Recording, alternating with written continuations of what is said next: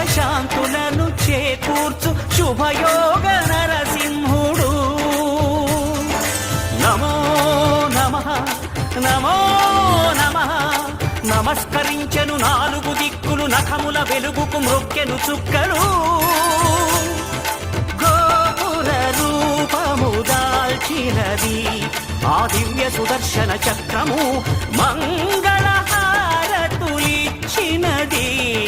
మహాకాల చక్రము.